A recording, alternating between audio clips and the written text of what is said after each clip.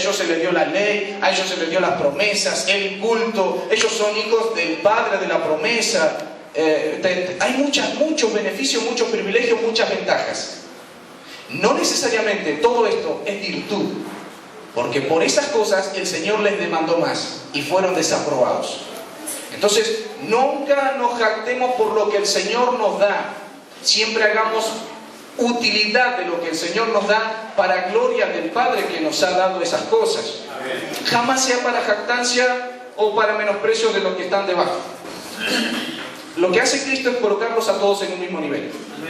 Lo que pasa con esto es que la mente del judío que se creía la frutilla del postre por ser el pueblo escogido por Dios, eso es un privilegio, no es una virtud de ellos, no radica en ellos, sino en la gloriosa gracia del Padre y del amor eterno que tiene Dios para rescatar a los que no son nada. Amén. Entonces, ¿qué pasó con alguien que Dios levantó tanto? La altura los mareó y los empezó a desorientar. Y cuando a alguien le falta el oxígeno en la altura, ¿qué pasa? Cae. Bien. ¿Qué es lo único que nos permite estar en pie? Pablo dice muy bien en estos versículos que es la gracia de Dios. Amén. Es solamente la gracia de Dios. Bien, vamos a ver. Digo pues, ¿han tropezado los de Israel para que cayesen? En ninguna manera. Pero por su transgresión vino la salvación a los gentiles para provocarlos a celo. Y si su transgresión es la riqueza del mundo, su defección, es decir, su infidelidad, la riqueza de los gentiles, ¿cuánto más su plena restauración? Versículo 11 y 12, y luego el versículo 15, Pablo va a hacer una especie de aumento en cuanto a comparaciones. Es decir, Pablo va a ir de lo menos a lo más. Va a hablar de la consecuencia de Israel rechazando la salvación a un pueblo levantado por gracia, porque han rechazado al Cristo que es el único camino al Padre. Ahora este puede dar vida a los gentiles. Es decir, Pablo plantea a un árbol, a un olivo, a un árbol que está nutrido con una savia que produce vida por la palabra que corre por esa savia. Sabemos que solamente la palabra produce vida. Entonces sabemos que podemos comparar esa savia con la palabra de Dios, sin lugar a dudas. Y luego Pablo pone a un olivo en el cual es silvestre, ciertamente no produce fruto y esto no da ganancia. El buen olivo produce buenas aceitunas. Bien, ¿qué se saca? Buen aceite, buen provecho, buen fruto. Bien, del olivo malo no se saca nada. Bien, ¿qué se hace con el árbol malo? Se corta y se pone al fuego. Pablo va a decir algo muy glorioso. Va a decir que él tiene el poder, Dios tiene el poder de hacer un cambio de naturaleza, haciendo que del árbol bueno pueda nutrir con su savia, con su palabra, ramas que son ajenas a ese árbol. Es decir, que nosotros somos ajenos al pueblo de Israel. Sí, ninguno hay levita, ninguno es de la tribu de Simeón, de Neftalí, de Judá, no, ninguno. Somos vallenses de acá a la vuelta. Pero el Señor ha tenido una gran misericordia de nosotros. ¿Y qué ha hecho? Nos ha injertado a un olivo en el cual la savia es suficientemente potente para producir vida en ramas ajenas a su esencia. Nosotros no pertenecemos al pueblo de Israel. A ellos vino la salvación, ellos le rechazaron al Mesías. Bien, el Señor tiene el poder para que, aunque nosotros no somos el pueblo de Israel, el Señor pueda injertarnos en el árbol, y este árbol hacer que nosotros produzca un fruto por su savia. Por su savia vamos a producir un fruto. Entonces, ¿el fruto radica de mí? No. El fruto es producido por mí, porque a través de mí ahora corre una savia totalmente diferente de la que antes corría. Antes producía ciertamente frutos. ¿Cuáles? Los de la carne. Ahora va a producir unos que son conforme al Espíritu, porque la savia que corre es espiritual y esta savia es rica. ¿Saben para qué? Para que el poder de Dios se glorifique en los pequeños frutos. Dios se va a glorificar, porque va a decir, miren, de esta ramita están saliendo 3 aceitunas que antes eran imposible que salgan.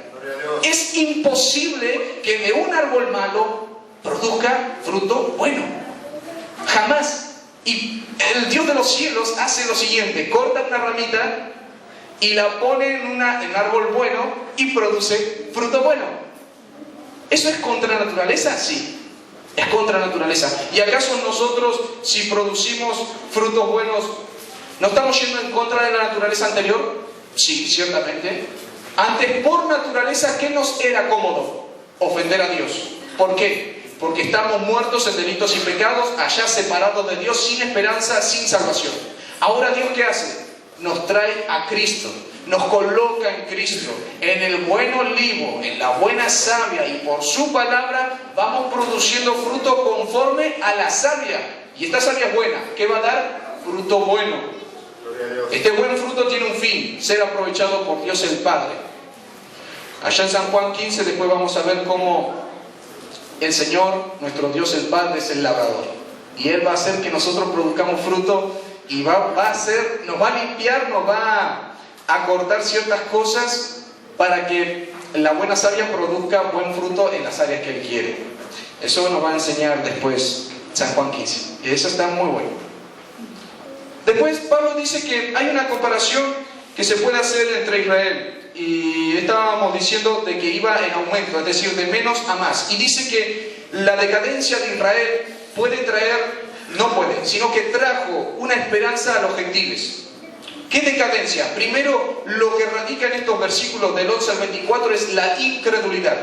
Mis hermanos, el pueblo de Israel pecó, y bien decía nuestro pastor que ese pecado que podríamos, entre comillas, colocarlo como imperdonable, o el más severo de todos, por así decirlo, es la incredulidad al Dios que había mostrado pruebas pero en abundancia, sobreabundante, de que Él era el Dios genuino y verdadero, el único Dios verdadero, y así todo, incredulidad de su parte.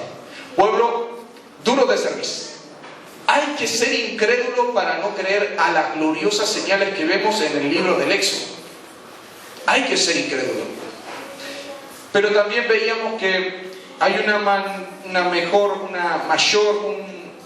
una mayor dicha, bienaventuranza, dicha, alegría, gozo, bienestar en aquel que cree sin haber visto. Ahí estamos nosotros. Nos vimos al Señor, no vimos las gloriosas señales de ese cruce en el Mar Rojo, no vimos esas gloriosas obras, prodigios. Así todo creímos. Y Pablo lo que está haciendo acá es decir que este pueblo se basó en algo, en incredulidad. Esta incredulidad radicó en muchas cosas. Primero, tropiezo para Israel, que produjo no solamente que Dios sea ofendido. Mis hermanos, la incredulidad es un pecado, y la incredulidad ofende a Dios. La incredulidad, la Biblia la plantea como un pecado. Es pecado no creer al Dios verdadero, genuino, que no miente. Eso es pecado, y Dios lo va a tratar como tal, porque Él es santo y Él es digno de que le creamos. Él es digno de que creamos cada una de sus palabras sin titubear ni dudar. Él es digno. Entonces Dios va a tratar el pecado de Israel de una manera muy particular. Primero, como tal, pecado. Entonces tienen que recibir su justa retribución. Luego Pablo va a plantear que Dios va a tener misericordia. Versículo 12 dice: y si su transgresión es la riqueza del mundo y su defección la riqueza de los gentiles, cuanto más su plena restauración. Pablo dice de que hay posibilidad de una plena restauración de Israel. Primero, su decadencia, su incredulidad, hace que a los gentiles les sea otorgada una ventaja, un beneficio que ellos ya tenían de antemano. Ahora a nosotros se nos otorga este beneficio. Por eso las ventajas, los beneficios, los privilegios no son virtudes. Eso tengámoslo más que en claro. Lo que el Señor ahora nos está dando no radica de nosotros, sino del buen olivo, de la buena savia. Nosotros somos ramitas injertadas en el buen olivo. Por Él producimos buenos frutos para gloria del Padre. No es al revés. Nosotros producimos por su gracia. Ahora no nos quita la responsabilidad a que nosotros creamos para producir frutos. Porque los frutos del Espíritu los producimos nosotros, haciendo morir en nosotros la carne, cada día sometiéndola a la obediencia según Cristo. Los frutos del Espíritu los producimos por la savia, pero una vez que la savia está en nosotros radica la responsabilidad de obedecer a Dios el Padre para producir esos frutos que son según el Espíritu y no según la carne. Es el sano equilibrio de la gloriosa gracia del Señor que Él nos ha otorgado y la responsabilidad que tenemos a la hora de obedecer a Dios el Padre. Lo cual podemos porque ahora tenemos una nueva naturaleza en Cristo Jesús. Antes no podíamos oír lo espiritual. Ahora sí, Dios nos habla claramente por medio de Cristo. Podemos oír, podemos obedecer, podemos vencer el pecado y la carne. Ahora sí podemos. Amén. Tenemos herramientas, armas poderosas en Cristo para vencer todo esto. Y luego que dice Pablo que su transgresión da riqueza al mundo, apela al hecho de que porque no lo quiere uno, Dios lo otorga a otro. ¿Qué nos hace recordar esto? Que no somos imprescindibles, ¿sí? Nosotros no somos lo esencial del Evangelio. Hoy no predico yo, se enfermó el hermano Gaspar o lo que fuese, viene otro. ¿Saben por qué? Porque el Evangelio sigue y la palabra va a estar y Dios va a hablar. Y si Gaspar está, sí. Y si no está, también. Entonces lo esencial que es Gaspar, no, la palabra. El asunto es este. El privilegio que es la palabra de Dios, Dios la entregó a los judíos. La desacreditaron, la cuestionaron y no la creyeron. ¿A quién se la da? A los gentiles. Esta palabra radica en que todo aquel que cree en Jesucristo tiene vida eterna. ¿Qué rechazaron? Esa verdad. Y nosotros somos beneficiarios de esta verdad. Lo cual nos hace acordar, viendo a los judíos, que no somos imprescindibles. Si no somos nosotros, va a ser otro. Pero Dios va a hacer su voluntad. ¿Sí? Dios se entristece cuando alguien le obedece, no le obedece, cuando alguien permanece en incredulidad. Ciertamente a Él le duele. Él no quiere que ninguno perezca. Pero Él va a hacer su voluntad. Él es soberano. Comprendamos el privilegio que tenemos en el lugar en el que Dios nos ha colocado. Sepamos aprovechar y ser obedientes. Porque es ahí donde Dios nos quiere, entonces Dios nos va a usar. Ahora, entendamos que no somos imprescindibles. Eso entendámoslo mirando a Israel. La salvación vino de los judíos. Y los judíos le rechazaron. Qué gran problema cuando rechazamos o ignoramos el lugar en el que Dios nos ha colocado. No minimicemos el lugar que Dios nos ha dado. Ya sea en el hogar, ya sea con tal o cual persona, ya sea en la escuela dominical, en el coro, ya sea donde sea. El Señor nos ha dado un lugar. Sepamos aprovechar. Porque Dios también va a rendir cuenta.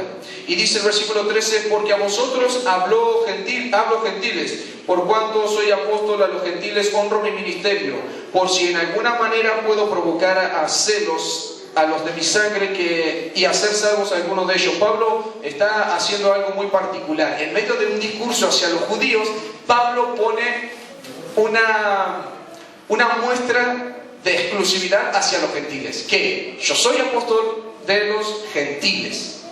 Y cualquiera que estaba escuchando esto estaba diciendo, ay, tenemos esperanza, que esto, que el otro, sí, bueno, le erramos en esto, le erramos en aquello. Y Pablo dice, pero acuérdense, yo soy apóstol exclusivo, dedicado a los gentiles. Pablo no está diciendo de que si se le cruza a un judío no le va a predicar. Él ora, clama, su alma se desgarra por la salvación de los judíos, por la salvación del pueblo de Israel. No le va a predicar a un israelita, pero sí. ¿Qué está diciendo Pablo? Que Dios ha levantado a hombres y mujeres. Y en este caso, Pablo había sido levantado por Dios para un evangelio dedicado a los gentiles. Un evangelio en el cual el centro eran las personas que no pertenecían al pueblo de Israel. Y Pablo está diciendo, miren, hay salvación y hay esperanza para ustedes. Hay posibilidad de restauración, de plena restauración. Esa plena restauración apela a algo que estaba destruido y es colocado en la posición original en la que estaba anteriormente. Es decir, en su máxima expresión de plenitud, de excelencia. El pueblo de Israel en su excelencia. Bien, cuando Pablo es dedicado a los gentiles, menciona esto de que es dedicado a los gentiles. Él rompe un poco la estructura que iba llevando el judío. ¿Por qué? Porque estaba escuchando todo un discurso hacia los judíos. Y ahora Pablo dice esto. ¿Por qué? Porque están entre ellos los gentiles. ¿Qué quiere decir? Que los gentiles tenían que entender algo. Que ellos habían sido beneficiarios de la gloriosa gracia de Dios. Y Él, Dios el Padre, no solamente había dado la gracia, el mensaje glorioso, sino que había usado a uno de esos judíos que había rechazado el Evangelio e ido en contra de los creyentes del Evangelio para convertirlo a su propio Evangelio y dedicarlo a los gentiles. Un cuidado minucioso de Dios el Padre extraordinario.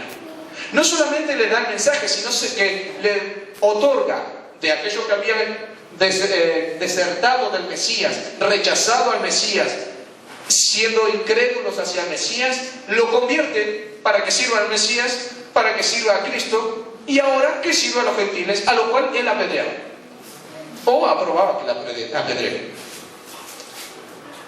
Habla de que el Señor tiene cuidado de todo. Dios no solamente nos entrega su palabra, sino que se toma el cuidado de que si le obedecemos, Él ha de respaldar su palabra. ¿Qué nos queda entonces? Creerla. ¿Qué nos dice Dios? Dios nos dice que vayamos y oremos.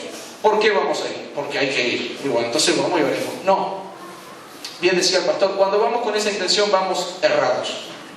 Debemos de ir porque le amamos, porque comprendimos quién es Él, nuestro amado Salvador, el que me sacó de la muerte y del pecado, el que me sacó de la condenación eterna a una vida eterna en Cristo Jesús, el cual perdonó mis pecados sustituyéndome en la cruz del Calvario. Comprendiendo, por eso le amo, por eso quiero estar, por eso quiero servirle, por eso amo estar con su palabra y en la oración. No es porque deba, sino porque deseo, quiero, anhelo, necesito, reconozco que necesito. No es tanto una imposición, más bien es un deseo.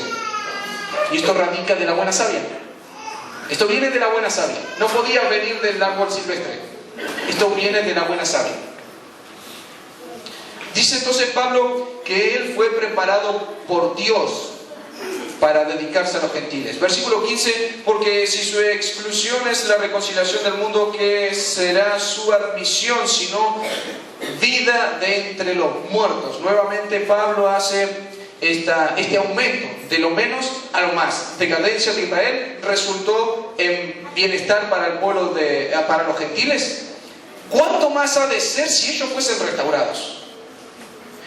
Pablo está diciendo esto. Miren y presten atención. Israel rechazó al Mesías, está en decadencia y ustedes fueron salvados. ¿Se imaginan si ellos fuesen exaltados? ¿Qué les pasaría a ustedes?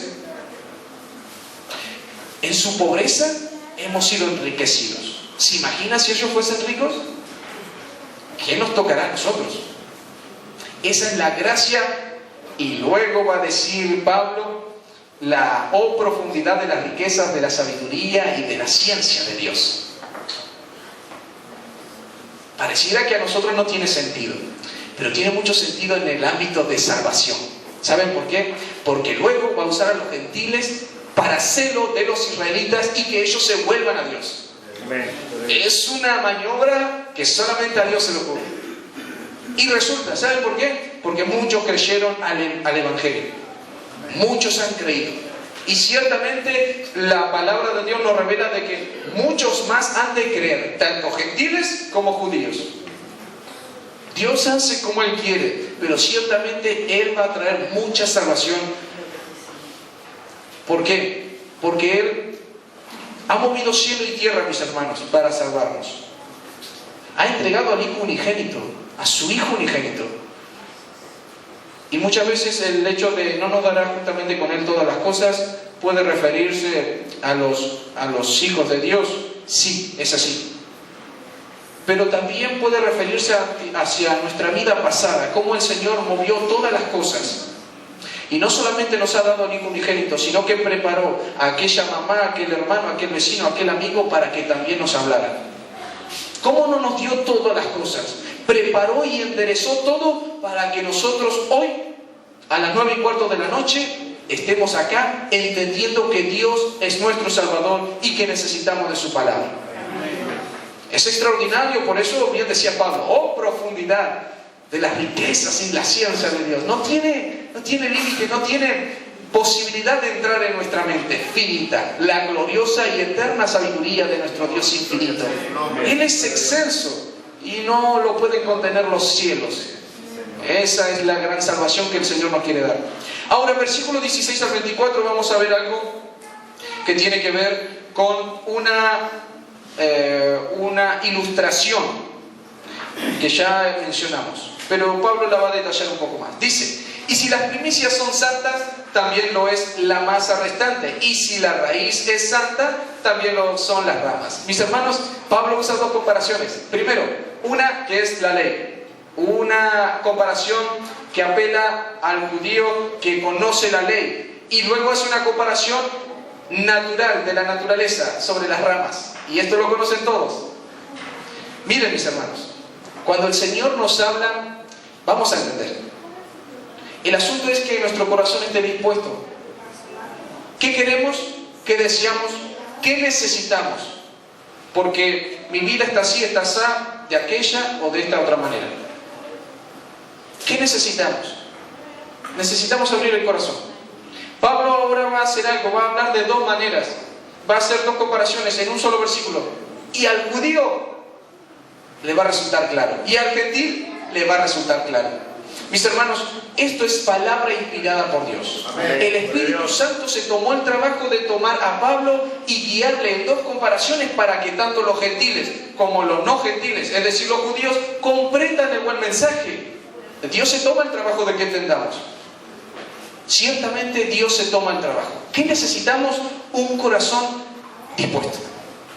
Versículo 16: y si las primicias son santas, también lo es la masa restante. Habla de esa masa que preparaban los judíos, ese pan sin levadura. El Señor les dijo: si tiene un poquito de levadura, ya está contaminada toda.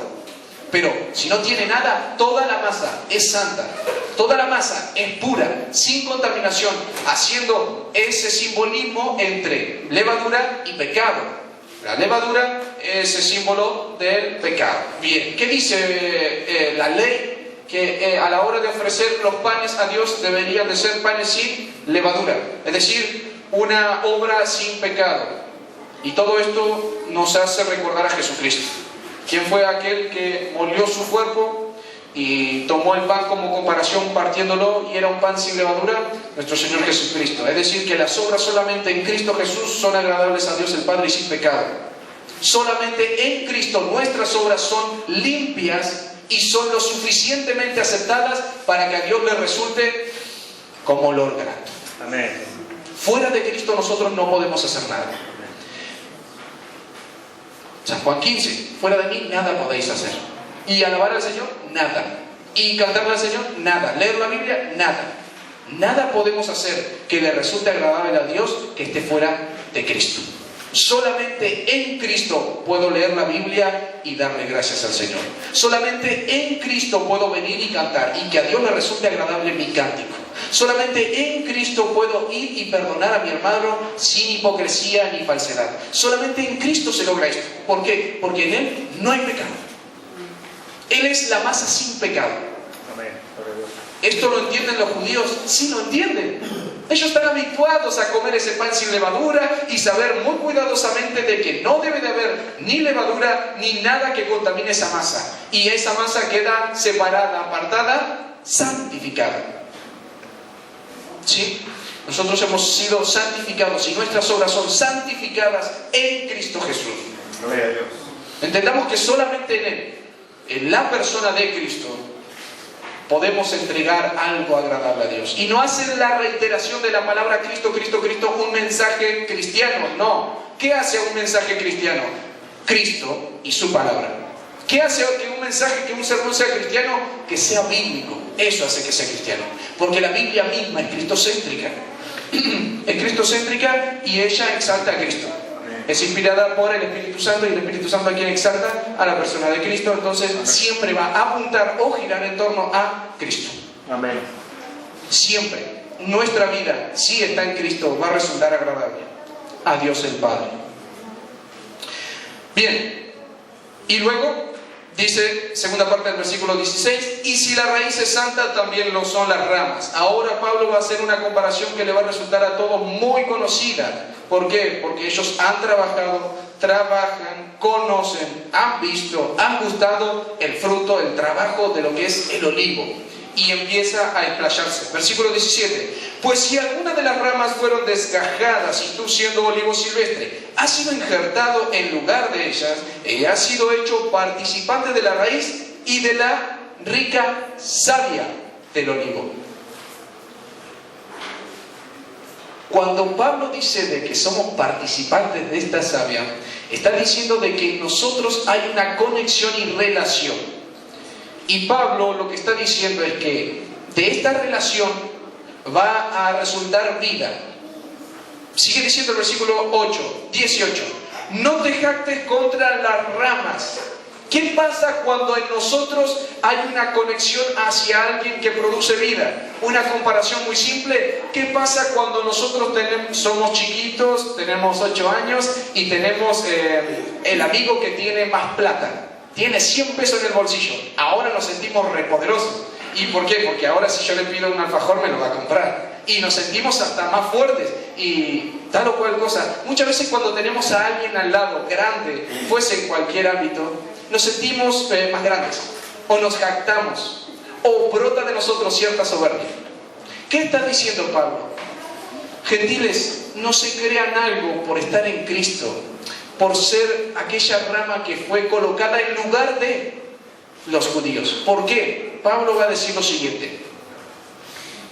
Si te jactas, sabe que no sustentas tú a la raíz, sino la raíz a ti. ¿Qué sentido tiene si yo corto una ramita y lo pongo en un árbol que está seco? ¿Qué va a producir? Nada. Y la ramita que estaba verde, ciertamente de un árbol silvestre, malo, no producía nada, pero estaba verde. La coloco y la mando en un árbol que está seco. También se va a secar. ¿Y con el tiempo qué va a pasar? Nada. Y si dejo pasar más tiempo, tampoco va a pasar nada. Pablo está diciendo de que no consiste en nosotros, sino que hay algo mucho más debajo de nosotros, una base que está agarrada a algo que produce vida. Toda la savia es producida por la raíz. La raíz tiene muchas propiedades que no tienen las ramas. Nosotros tenemos vida eterna por aquel que murió por nosotros. Nosotros no podríamos tener vida eterna por sí solos. Amén. Comprendamos que hay muchas cosas que nosotros ya tenemos en Cristo que no podíamos solos. Fuera de Él nada podríamos hacer. Y si dejamos que nuestra vida pueda hacer un poco de memoria nuestra mente haga un poco de memoria hacia atrás, hacia cómo éramos nosotros, y podemos ver con claridad y discernir y poder entender nuestra vida anterior, ahora vamos a comprender que sí, que íbamos derechito a la condenación. Y ahora nos vemos acá y vamos a mirar a tal o cual hermano, a tal o cual incrédulo, con desprecio, con menosprecio, con bajeza. Pablo nos habla de algo muy importante que no ha de estar en nosotros, la jactancia. ¿Por qué? Porque ahora somos hijos del Dios Santísimo. El Señor nos oye, leemos su palabra, nos congregamos. Estamos lejos de los pecados, de los pecadores, de los mentirosos, ladrones, hipócritas y embusteros. Bien, ¿eso es verdad? Sí. ¿Y qué pasa con eso? ¿Nos jactamos? o tenemos misericordia? ¿Saben qué pasa? Cuando apelamos a nuestro pasado y vemos que no es por nosotros, sino que fuimos cortados y colocados a esta buena raíz que es Jesucristo, vamos a entender que esa ramita también va a ser colocada. Si el Señor lo permite, va a también producir el mismo fruto, porque va a producir esa misma savia las obras que nosotros también hacemos. Quiere decir que no es por nosotros, no. Concluimos pues, Romanos 3:28, que el hombre es salvo por la fe, sin las obras de la ley. No es por obras, para que nadie se gloríe. Mis hermanos, cuando estamos viendo a alguien que está errado, cuando vemos a alguien que es incrédulo, tengamos misericordia, la suficiente como la que el Señor ha tenido de nosotros. Y entendamos que Dios nos ha injertado y por esa savia producimos. No es por nosotros. ¿Es nuestro esfuerzo? No. No puede ser. No puede ser por nosotros. ¿Saben por qué? Porque nos han cortado, nos han sacado de ahí, nos han colocado, se han tomado el trabajo de podarnos de un lugar sin esperanza, sin vida, sin ningún tipo de salvación, y nos han colocado en un olivo que tiene plena certeza de vida eterna en Cristo. Nos han cortado, nos han sacado, se han tomado el trabajo cuidadoso de no lastimar ese brote, pero sí lo suficiente para que, lejos de ese que es ajeno, silvestre y pecador, pueda estar en uno que produzca fruto para vida eterna. No nos jactemos. Ni siquiera nosotros tuvimos alitas para ir, deslozarnos de ese árbol, volar hasta el otro arbolito y colocarnos. No, se han tomado el trabajo de cortarnos. Salmo 1. Será como árbol plantado. Y el salmista habla de una intención de aquel que coloca un árbol y se toma el trabajo de colocarlo en un lugar muy cuidadoso, junto a aguas que van a producir fruto. Mis hermanos, el cuidado que Dios tiene de nosotros no tenemos pero ni idea. Es tanto el cuidado que el Señor tiene de nosotros que a veces ignoramos de tal o cual cosa que el Señor nos cuida aún de nosotros mismos. Una oración que siempre le pido al Señor: que me guarde de mi propia necedad. ¿Saben por qué, mis hermanos? Porque hay de aquel que es sabio en su propia opinión. Hay de aquel. Por eso siempre entendamos y comprendamos la dependencia que tenemos de la raíz. Así, ¿saben qué, mis hermanos? Nuestro corazón va a ser manso y humilde, porque de la savia va a brotar una savia mansa y humilde. Sed manso y humilde como yo, de corazón, dice el Señor Jesucristo. Así vamos a ser. Bien, y dice el versículo 19. Vamos a ir terminando. 19 al 24 vamos a leer. Pues las ramas, dirás, fueron desgajadas para que yo fuese injertado. Bien, por su incredulidad fueron desgajadas, pero tú por la fe estás en pie. Pablo hace recordar: por la fe somos salvos, no por obras. Justificados pues por la fe, tenemos paz para con Dios por medio de nuestro Señor Jesucristo. No te ensoberbezcas, sino teme. Y Pablo va a hacer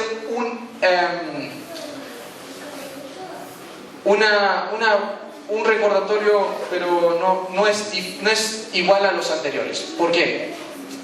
Pablo dice de que el pueblo de Israel temía a Dios. Sí, temía. Pero este temor no los llevó a creer. Y Pablo acá hace algo diferente. Dice: porque si Dios no perdonó a las ramas naturales, versículo 20, dice: no te ensoberbezcas, sino teme. Pablo hace algo en el momento. Es decir, le está hablando del pueblo de Israel, su caída y nuestra injertación en el olivo, y en el momento les dice que temamos. Nos dice a nosotros, los gentiles, temamos. ¿Por qué? Pablo les está diciendo referente a lo anterior. Es decir, el pueblo de Israel se jactó, rechazó mi palabra. Porque ¿qué es el rechazo de la palabra de Dios sino jactancia? De tal manera que creo que aquello está errado y lo mío correcto. ¿Sí? La incredulidad radica en la soberbia, ya sea para compasión o para orgullo. La compasión, no merezco tanto mal. El orgullo, ¿por qué no soy merecedor de tal o cual cosa? Entonces desacredita la palabra de Dios. Decíamos, el olivo lo que hace es lo siguiente: producir en nosotros ese fruto. Y Pablo le está diciendo a los gentiles, no se ensoberbezcan, teman. Le está diciendo, miren lo que pasó con los judíos. Miren lo que pasó con el orgullo y la soberbia de no creer a Dios, el cual había dado más abundantes señales que cualquiera para que le creyesen y no creyeron. No seamos irreverentes, no seamos soberbios, que está diciendo Pablo. Seamos conscientes de que Dios está con nosotros. Temamos. Cuando el pueblo de Israel no era consciente de que el Dios Santo estaba al lado de ellos, ¿saben qué hacían? Se mezclaban con ídolos, de tal manera, con prácticas idolátricas, de tal manera que la integridad, la moral quedaba rebajada a nada. ¿Qué nos hace entender eso? Que cuando tememos a Dios, nuestro estándar de moral no baja. ¿Saben por qué? Porque entendemos que el Dios Santo está acá, al lado mío, en mi corazón. Y si cierro los ojos y me escondo en una habitación y estoy solo, cerradito, Dios está ahí. Y si está ahí, he de ser santo. ¿Por qué? Porque Dios me está viendo. ¿Y radica en eso la santidad? No. No radica en eso. Radica en la nueva naturaleza que tenemos. ¿Sí? La santidad nosotros la hemos de practicar en cuanto a obras que son conforme a la obediencia de la palabra. Pero la santidad de apartarnos para vida eterna ha de ser ganada solamente en la cruz del Calvario para los que creen. Y nosotros somos santos porque hemos sido colocados en el buen olivo si hemos creído que esa buena savia produce vida y ha de producir una nueva naturaleza en mí. Es decir, Cristo me ha salvado de mis pecados. Temamos y comprendamos el glorioso privilegio que Dios nos ha dado. Para finalizar, mira pues la bondad y la severidad de Dios. La severidad ciertamente para con los que cayeron, pero la bondad para contigo si permaneces en esa bondad. Reiteramos, temamos, mis hermanos, permanezcamos en esa bondad, porque el Señor es bueno, nos coloca en bondad. ¿Para qué nos vamos a ir de ahí? ¿Para qué? Si nos sentimos gozosos, deleitosos, es un placer compartir, escuchar, alabar al Señor. ¿Es placentero? Debería. ¿Por qué? Porque si por mí corre la buena savia, por naturaleza he de producir buenos frutos. Y el buen fruto es el gozo, la paz. ¿Y el gozo en qué? En las cosas espirituales, que solamente se han de discernir espiritualmente. Mira pues la bondad y la severidad de Dios. La severidad ciertamente para con los que cayeron, pero la bondad para contigo si permaneces en esa bondad. Pues de otra manera tú también serás cortado, y aun ellos, si no permanecieren en incredulidad, serán injertados, pues poderoso es Dios para volverlos a injertar. Esto habla de un glorioso poder soberano de Dios, lo suficiente para restaurar a lo caído. Bien, cuando la persona dice yo ya no tengo arreglo, yo ya no tengo esperanza, ahí es donde radica el glorioso poder de Dios, en dar esperanza a los que no tienen esperanza y dar salvación a los que están perdidos. Jesucristo dijo, pero muy enfáticamente y con una afirmación muy particular, dijo: el que cree en mí aunque esté muerto vivirá. Los que creen en Él, en su palabra, los que creen que fue enviado como Hijo de Dios y creen en su palabra, estos no serán condenados, pues han pasado de muerte a vida. Esto solamente lo hace la palabra de Dios si la creemos. Por eso temamos y comprendamos el glorioso privilegio que Dios nos ha dado, y entendamos que en Él hay plena restauración si hay fe. Dice que Él es poderoso para restaurarnos y volvernos a injertar. Pero si no nos cortó, sí, así como también a nosotros nos ha cortado en una ocasión de un árbol silvestre y nos ha colocado en lugar de ellos ellos siendo el árbol natural, ¿no pueden volver a ser injertados? Sí. ¿Y nos vamos a jactar?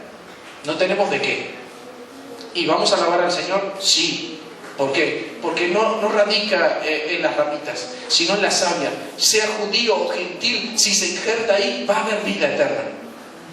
No importa quién fuese. Si hay fe en la savia, en Jesucristo, hay salvación. Versículo 24 y terminamos. Porque tú, si fuiste cortado del que por naturaleza es olivo silvestre, y contra naturaleza fuiste injertado en el buen olivo, ¿cuánto más estos que son las ramas naturales serán injertadas en su propio olivo? Mis hermanos, Pablo está haciendo continuamente comparaciones habíamos dicho, de lo menos a lo más. Comparaciones de cómo el desastre que hace la incredulidad, Él puede hacer que retorne para vida hacia otros y luego por celo de estos provoque vida también en estos. Estrategia que solo al Señor se le ocurre. Número 22-24. Balaam, ¿qué hace? Se para en el monte. Balac le dice, maldice a Israel. Bien, quiere maldecir a Israel y ¿qué pasa? No puede. El Señor dice en su palabra que Él convirtió esa maldición en bendición. Jonás, capítulo 1. Jonás, ¿qué hace? Ve, predica a Nínive. No voy nada. Se va. Rebelde. ¿Qué pasa? El Señor manda un pez, manda tormenta, manda todo, pero se encarga de que Él obedezca. ¿Y qué pasó en el medio? Los que estaban en el barco por la desobediencia de Jonás habían padecido la tormenta. ¿Qué les pasó? Temieron. ¿Y fueron salvos? La Biblia dice que creyeron en ese Dios. O sea que la desobediencia resultó en salvos de algunos que no estaban en Nínive. Sí. Bien. Segundo libro de Samuel, capítulo 11 y 12. David, paseando, ¿qué pasa? ¿Ve a quién? A Betsabé. ¿Qué hace? Comete algo aberrante, fornicación. ¿Por qué? Porque toma la mujer de un hombre totalmente ajena a él y la toma para sí. La toma para sí y sufre la penalidad de ese pecado. ¿Qué pasó? Murió su hijo. ¿Qué pasa después? Resulta de esa mujer y de esa unión un nuevo hijo. ¿Quién? Salomón. Salomón, ¿quién iba a ser? El nuevo Israel. Y este iba a ser paz para Israel todos los días. Mis hermanos, a veces Dios se toma el trabajo de resultar las cosas malas en buenas. ¿Pero por qué? Para salvación, para vida. Y si nosotros hemos hecho una calamidad de nuestra vida, ¿qué podrá hacer el Señor? Si entendemos estas comparaciones, podemos comprender que Dios puede traer plena restauración con su glorioso poder. ¿Sí? ¿No hay posibilidad de vida para mí? Sí la hay. ¿Por qué? Porque no importa la calamidad en la que andemos. Ciertamente, si tenemos fe en aquel que es poderoso para levantar de entre los muertos, aquel que es poderoso para restaurar las vidas, cambiar las situaciones y dar una nueva vida, entonces ya tenemos vida eterna en Cristo Jesús. Porque es por fe, no es por obra, para que nadie se jacte delante de su presencia. ¿Sí? Mis hermanos, nos ponemos de pie y vamos a estar orando al Señor. Le vamos a dar gracias